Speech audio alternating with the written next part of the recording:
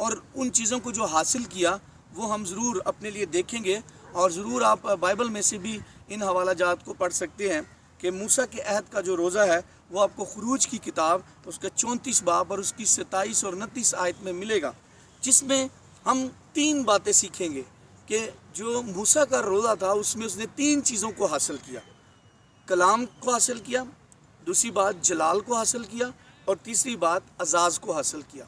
آج جب ہم روزہ رکھتے ہیں، کیا ہم خدا سے کلام کو حاصل کر رہے ہیں؟ کیا ہم خدا سے جلال کو حاصل کر رہے ہیں؟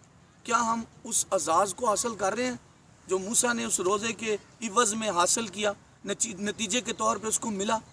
آج صرف ہم روزہ تو رکھ رہے ہیں، کیا اس روزے میں ہم نے کبھی یہ سوچا کہ یہ روزہ کیا کلام والا تھا؟ کیا یہ جلال والا تھا؟ کیا یہ روزہ جو ہے وہ اعزاز والا تھا؟ کیونکہ موسیٰ کا جو روزہ تھا وہ کلام والا بھی تھا، وہ جلال والا بھی تھا، اور وہ اعزاز والا بھی تھا۔ اب ہم بات کریں گے کہ کلام والا کیسے تھا۔ جب روزہ رکھا تو اس روزے کے عوض انہوں نے 10 احکام کو حاصل کیا، خدا کے کلام کو حاصل کیا، اور اس کلام کو لینے کے بعد وہ پہاڑ سے نیچے آئے اور لوگوں کے لیے وہ کلام بابرکت ٹھہرا۔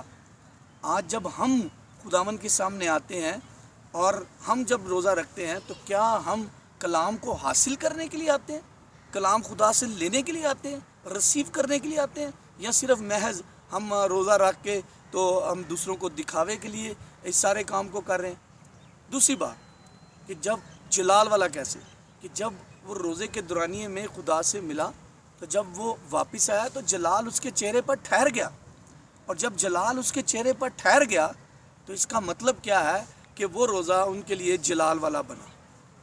اور اسی طرح اگر آپ دیکھیں تو تیسری اور آخری بات جو اس روزے کے وسیلہ سے بزرگ موسیٰ کو حاصل ہوئی وہ تھا ان کو ایک اعزاز ملا، اور وہ اعزاز کیا ملا؟ وہ اعزاز یہ ملا کہ وہ جلال جو ان کو اس وقت حاصل ہوا، اس کے بعد جلال میں مسیح کے ساتھ کھڑے ہونے کا موقع فراہم ہوا۔ جب آپ دیکھتے ہیں شاگردوں کے ساتھ ان تینوں کو تو وہاں پر وہ تینوں آپ کو نظر آتے ہیں، شاگرد دیکھتے ہیں کہ وہاں پر ان کو ایلیا، موسیٰ اور لارڈ جیزس کرائسٹ کی صورت بدلتی ہوئی دکھائی دیتی ہے۔ آپ کو میں بتا رہا تھا کہ ہم جہاں ہم نے بزرگ موسیٰ کی بات کی ہے وہاں ہمیں اب اس بات کو سمجھنے کے لیے تھوڑا سا بزرگ ڈینیل کے روزے کے تعلق سے بھی جاننے کی ضرورت ہوگی۔ اور جب ہم بزرگ ڈینیل کے روزے کی بات کرتے ہیں تو بزرگ ڈینیل کے روزے کے اندر بھی ہمیں ایک گہرا بھید ہمیں نظر آتا ہے کہ کس طرح سے انہوں نے اس روزے کے بعد کچھ چیزوں کو حاصل کیا۔ اور اگر آپ اس حوالہ کو پڑھنا چاہتے ہیں تو آپ ضرور ڈینیل 9 باب اور اس کی 20 سے 23 آیت کو ضرور پڑھیے، اور اس میں اگر آپ دیکھیں تو اس میں بزرگ ڈینیل نے جب روزہ رکھا تو انہوں نے اس روزے کے وسیلہ سے حکمت کو حاصل کیا۔ پہلی بات حکمت کو حاصل کیا، دوسری بات انہوں نے دانش کو حاصل کیا، اور تیسری بات انہوں نے نبوت کو حاصل کیا۔ آج کتنے ہم جیسے لوگ ایماندار بہن اور بھائی ہیں جو روزہ کے دورانیے میں خدا سے حکمت کو مانگ رہے ہیں، حکمت کو تلاش کر رہے ہیں؟ کتنے ہیں جو دانش کو تلاش کر رہے ہیں؟ کتنے ہیں جو نبوت کے لیے آرزو مند ہیں؟ تو اس لیے اگر ہم روزہ رکھ رہے ہیں تو اس کے پیچھے جو بائبل بیسڈ چیزیں ہیں ان کو بھی سیکھنے اور سمجھنے کی ضرورت ہے کہ جو چیزیں بزرگوں نے جب روزہ رکھا تو اس کے پیچھے انہوں نے کچھ نہ کچھ حاصل کیا۔ آج ہم کیا حاصل کر رہے ہیں، اور روزے کے نتیجے میں ہمیں کیا حکمت حاصل ہو رہی ہے؟ کیا ہمیں دانش حاصل ہو رہی ہے؟ کیا ہمیں جو ہے وہ نبوت حاصل ہو رہی ہے؟ اگر ایسا نہیں ہے تو پھر ضرورت اس بات کی کہ ہم جانیں کہ ان روزوں کے وسیلہ سے ہمارے پاس روحانی طور پر کیا کیا چیزیں جو ہے وہ وجود میں آتی ہیں، جس میں اگر آپ ان ساروں کو آپ لسٹ آؤٹ کر لیں تو بزرگ موسیٰ کے ذریعہ سے بھی اگر ہم دیکھ رہے ہیں تو اس میں ہمیں کلام والا روزہ نظر آ رہا ہے، جلال والا روزہ نظر آ رہا ہے، اعزاز والا روزہ نظر آ رہا ہے۔ اور اب جب ڈینیل کی ہم بات کرتے ہیں تو بزرگ ڈینیل کے روزہ کے وسیلہ سے ہمیں نظر آتا ہے کہ روزے میں حکمت تلاش ہو رہی ہے، روزے کے وسیلہ سے دانش مل رہی ہے، روزے کے وسیلہ سے نبوت مل رہی ہے۔ تو اس طرح سے ہمیں لگتا ہے کہ روزہ ایک با مقصد جو ہے وہ چیزوں کو حاصل کرنے کے لیے رکھا جا رہا ہے۔ اور جب ہم بات کرتے ہیں لارڈ جیزس کرائسٹ کی، لارڈ جیزس کرائسٹ کے روزے میں بھی ہمیں کچھ چیزیں ملتی ہوئی دکھائی دیتی ہیں۔ جب ہم مسیح یسوع کے عہد کی بات کرتے ہیں، اس دور کی بات کرتے ہیں جب انہوں نے روزہ رکھا، تو اس کا حوالہ ہمیں متی کی انجیل 4 باب اور اس کی پہلی 10 آیتوں میں ملتا ہے۔ اور اس میں بھی اگر آپ دیکھیں تو یسوع مسیح پر 3 طرح سے آزمائشیں آئیں، اور ان آزمائشوں میں جو 3 طرح سے لارڈ جیزس کرائسٹ نے ہمیں سکھایا کہ روزے کے دورانیے میں ہمیں آزمائش کرنے والا آزماتا ہے، تو ہمیں کس طرح سے اس کے ساتھ پیش آنا ہے، اور کس طرح سے ہمیں کس چیز پر اعتماد کرنا ہے۔ اور اس میں ہمیں 3 چیزوں پر اعتماد کرنا سکھایا گیا۔ پہلی بات کلام پر اعتماد کرنا، دوسری بات وعدے پر اعتماد کرنا، اور تیسری بات خدا پر اعتماد کرنا۔ آج کتنا ہم روزے میں جو ہے وہ کلام پر اعتماد کرتے ہیں، کتنا ہم وعدوں پر اعتماد کرتے ہیں جو خدا نے ہمارے ساتھ کیے، اور کتنا ہم خدا پر اعتماد کر رہے ہوتے ہیں روزے کے دورانیے میں۔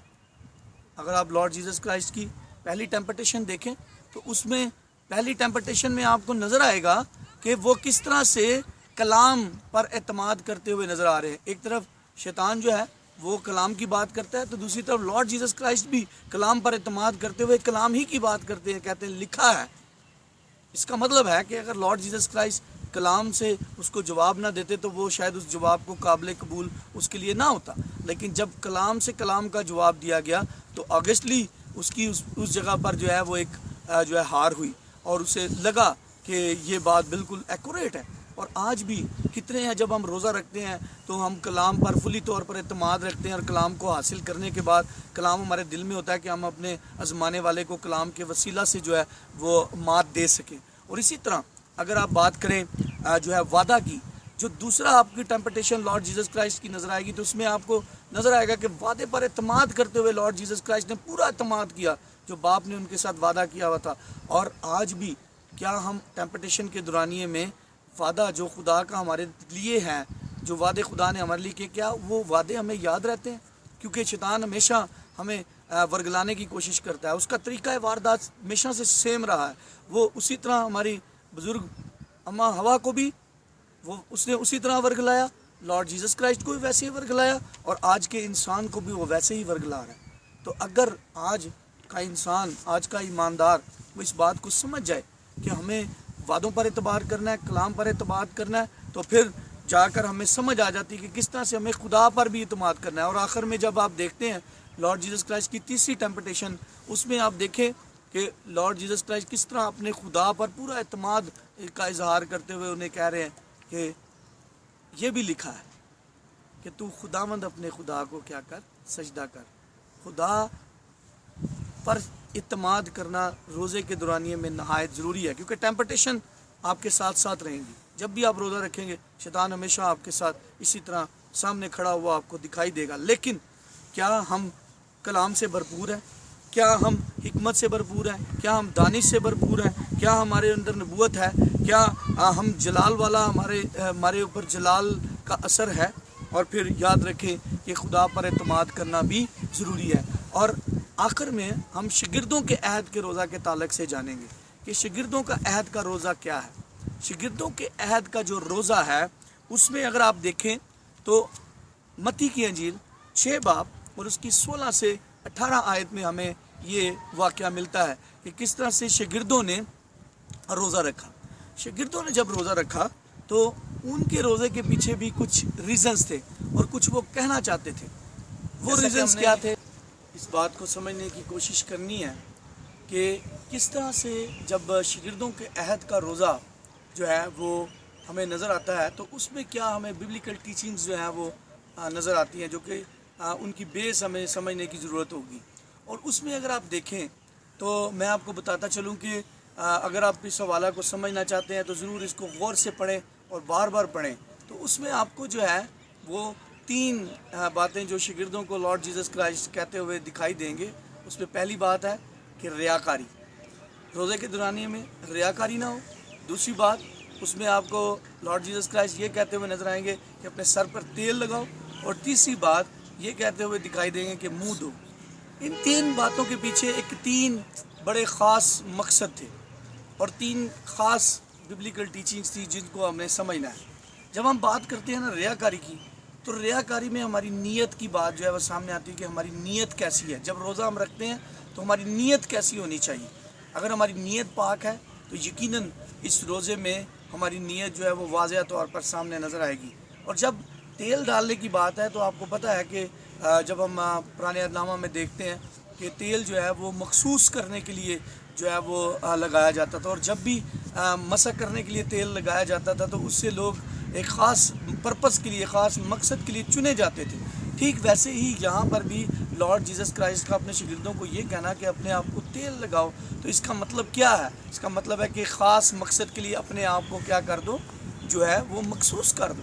تو اس طرح سے تیل لگانے کا بھی ایک خاص پیچھے پرپز ہے۔ اور پھر جب ہم لارڈ جیسس کرائسٹ کہہ رہے ہیں منہ دو، اس کا مطلب ہے منہ دھونے سے مراد کہ اپنی طہارت کریں۔